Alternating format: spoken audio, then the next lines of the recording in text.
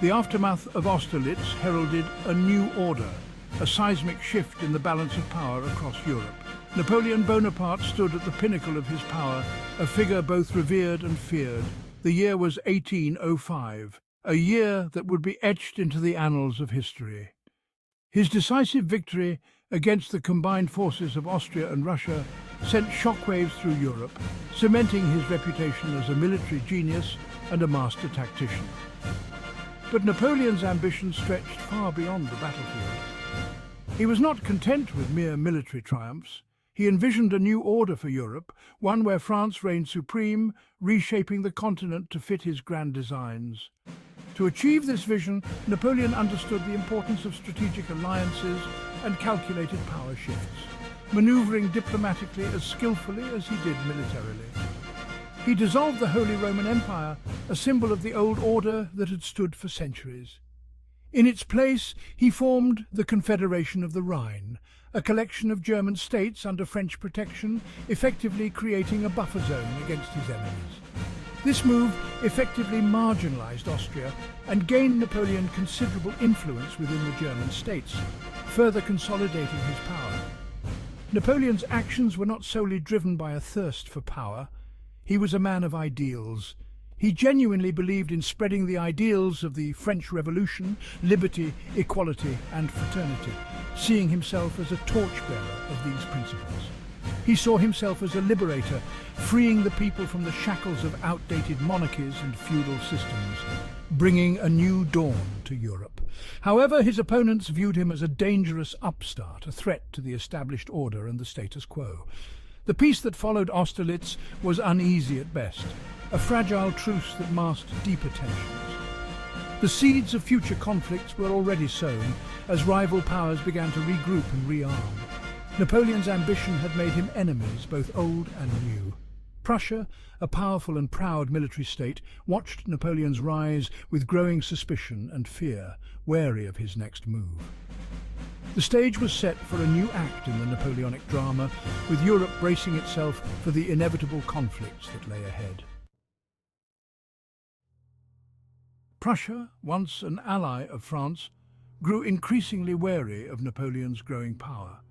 The rapid expansion of French influence across Europe was unsettling for many, but particularly for Prussia, which had its own ambitions and interests to protect.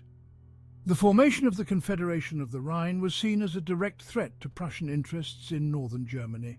This new political entity, under Napoleon's control, effectively encircled Prussia and diminished its influence in the region. The humiliation of Austria, a traditional Prussian ally, further fueled anti-French sentiment in Berlin.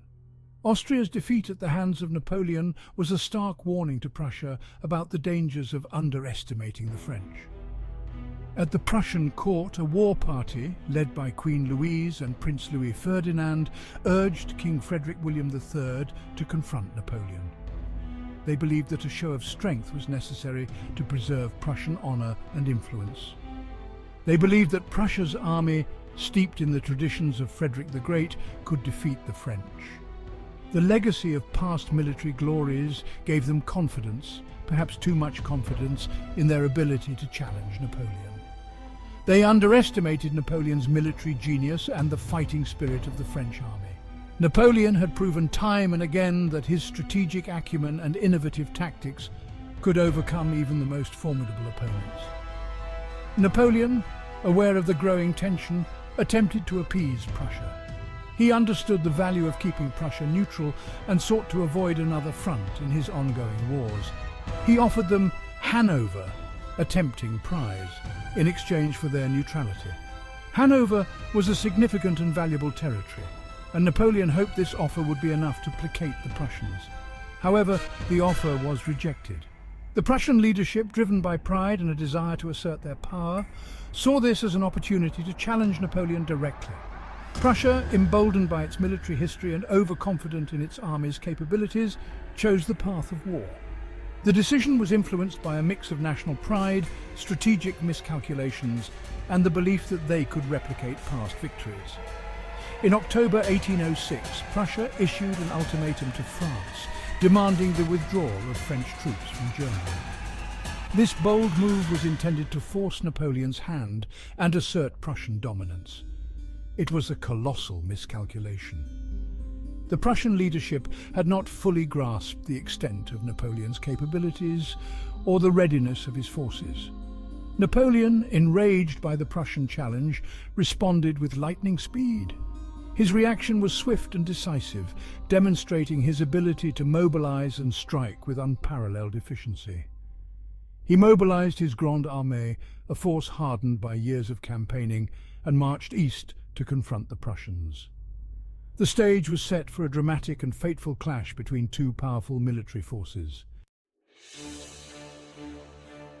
Napoleon, a master strategist, had carefully studied the Prussian army. He spent countless hours poring over maps and reports, understanding every detail of their movements and formations. He knew their strengths, discipline, precision, and a fierce sense of pride. The Prussian soldiers were renowned for their rigorous training and unwavering loyalty. He also knew their weaknesses, their rigid adherence to outdated tactics and their over-reliance on linear formations. These formations, while formidable, lacked flexibility and adaptability on the battlefield. Napoleon planned to exploit these weaknesses. He devised a strategy that would turn the Prussian strengths into vulnerabilities. The Grande Armée, numbering around 180,000 men, advanced into Germany in three distinct corps. Each corps was a self-sufficient unit capable of independent action. Napoleon kept his movements secret, using a network of spies and scouts to gather intelligence on the Prussian positions. This intelligence was crucial for making informed decisions on the battlefield. The Prussians, meanwhile, were hampered by poor communication and indecision among their commanders. This lack of coordination would prove to be a significant disadvantage.